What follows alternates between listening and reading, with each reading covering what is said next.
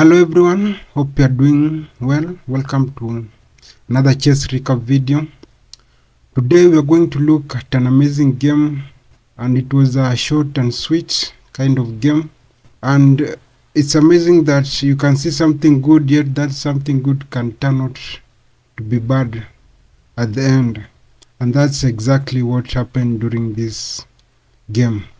So let's dive into the game and seeing how sometime a good thing can turn out to be bad.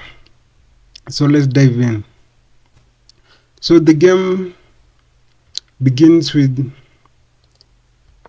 pawn to e4, then black responds with e6, the French defense. White goes to d4, and bishop to e7 is played by black. First, I may say that this bishop to e7 move is a very peculiar move. It's not a very common move. It's not played a lot, but it's a passive move since,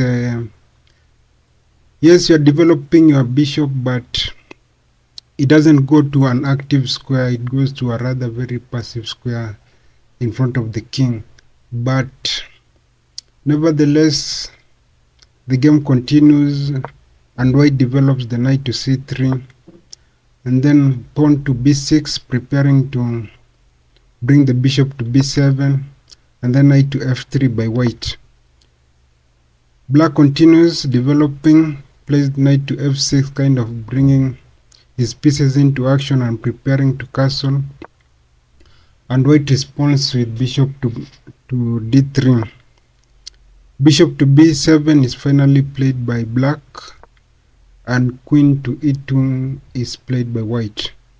I must say this move, queen to e2, is an interesting move, and it's also a multi-purpose move. First of all, it kind of cements the pawn on e4, kind of putting more defenders on the pawn in case white wants to reroute, or rather to take these two pieces to other squares. This pawn will be safely guarded, and also it also allows white to have the ability to either castle queenside or the long side once the bishop on c1 moves. And during the game, that's exactly what happened. Black castled, and white played bishop to g5, developing the bishop, putting some pressure on the knight on f6, and then black plays d6.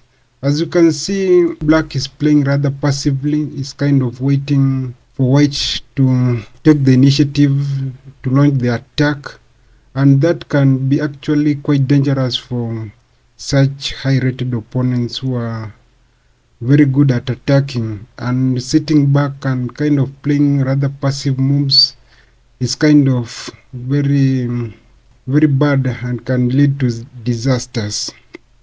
So during the game, white long castled a knight, and black played knight b to d7. If you compare white's minor pieces, they are very much active, very well coordinated. Compared to black pieces, the bishop is developed, yes, but doesn't have so much pressure, and this bishop is rather buried on e7, and these two knights doesn't hold any water in the position. They are kind of passive and rather relaxed, chilling at the back. So during the game, white continued the attack, playing h4, kind of taking the initiative to launch the attack towards the white king. And now black responds with pawn to c5, kind of a counter attack at the center. And now white plays pawn to e5, kind of also attacking the knight on f6. And black takes the knight to d5. And it's interesting that in this position, white doesn't go for the exchange, but instead choose to put the knight on a more active square on e4. As you can see, this is what differentiates these higher rated opponents with the kind of intermediate players. They don't go for any exchange because a piece is offered, but rather they play constructive moves which later comes in handy. They just don't take an exchange for an exchange, or rather because in offered, but they rather go for an exchange that is substantial, or rather kind of improve their position, or they rather seek a counter attack, or rather or else they go for a more active move rather than the exchange. Like in this position, instead of picking the knight on d5, he goes for putting the knight on e4, which is a more stronger move. So during the game, black responds by d takes e5, and white responds by taking the pawn back. And it is in this particular position whereby the game starts being interesting. As you can see, the bishop is kind of double attacked, though it's well defended, and then there is this pawn that is on its own, though is being defended by only one piece, the knight on f3. And here white finds a rather tactic way of winning the pawn on e5, but that tactics backfires on him badly, and it ends up costing him the game. So during the game, black played knight takes e5, and white responds by taking the knight back. And as you can see, he has sacrificed the knight, but this particular move, pawn to f6, kind of forks the knight and the bishop, kind of finding a way to retrieve the sacked piece through the fork. And it's in this particular position that white shows his brilliance, and he finds the best move in this position, and he played the move queen to h5. As you can see, that's not a very easy move to find, and the beauty of this move lies with this bishop on d3, as it's kind of x-rays the pawn on h7, kind of threatening a checkmate in one. And it is in this position that black blunders and goes for the bishop, kind of winning the piece that he had sacrificed earlier, and that turns out to be a very major blunder that ends the game immediately. And from this position is actually a forced mate in 3. And if you want, you can try and pause the video to see if you can find the mate. It's a very interesting mate, and the mate begins with sacrificing the queen on h7 with a check. It's forced, you have to pick the queen since you don't have any other square to escape.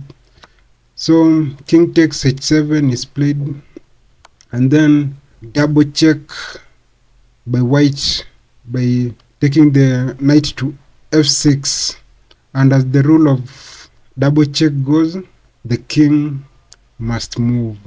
So whenever, either if the king goes to h8, is still a checkmate on g6. If he goes to h6, is still a checkmate by king e to g4, and that's exactly how the game ended, a beautiful checkmate by the knight. So this game was short and sweet, but very interesting. I was watching the game, and when I saw that queen sack, it blew my mind. It was very interesting that this guy was able to find that queen sack amidst the chaos that were on the board. So a very important thing to know during the game, after this particular move, queen to h5, no matter what black tries to do, is still game over. And if maybe he tries to kind of attack the queen by playing pawn to g6, white can simply decide to sack the knight, and if pawn takes, queen takes check. If king goes to h8, there is this beautiful move, knight to f6, which ends the game immediately because it's a force mate on either of these two squares. If you pick the knight, there is this checkmate on h7, and it's losing either way. And then another option that black can try to explore to defend, or rather to prolong the game, is maybe if it tries to defend the discovered check on h7 by pushing the pawn to h6. So still the same principle applies here. White still can sacrifice the bishop, and then if pawn takes, black responds by picking the pawn. There is this kind of move, bring the rook into the game, and maybe placing it on g3. And don't forget, there is also this threat of playing knight to f6, kind of putting more pressure and involving all your pieces towards the attack. So either way, it was still losing for black in this particular position. So the best move for black would have been forcing the trade, or rather trying to trade the queens. And here the best move is to pick the queen, then after rook picks, then something like bishop to b5, kind of attacking the rook. And if the rook slides, a move like bishop to c6, trying to get away from the fork by all means. So nevertheless, black will still end up losing material. And as you can see from the eval bar, white is far much better and is winning either way. So that's how the game was. It's quite interesting to point out that despite black finding this particular tactic of winning a pawn and threatening and forking the bishop and the knight, this killer move ended the game immediately. So it was a classic case of being burnt by your own fire.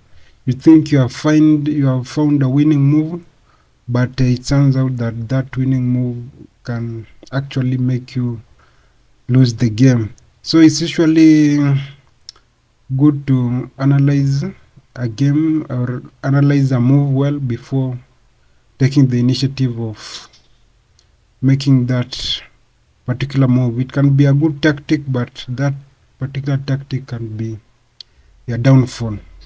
So that's how the game was. A very interesting game. A lot of things to pick from during this particular game. Don't be passive. Double check your attack, or double check your tactics, and also centralize your pieces. Don't put your pieces back, kind of waiting for your opponent to take the initiative to attack you. As Gary Kasparov once said, that the best defense is to attack. So as much as you can be playing defensive, sometimes being playing defensive can make you lose the game, whereas playing an attacking game can make you easily win the game, even if you are down material. So thanks for watching. See you in the next video, and thanks for the support that you are showing towards the channel by subscribing, sharing and commenting. Thanks, and see you in the next recap video, and bye bye for now.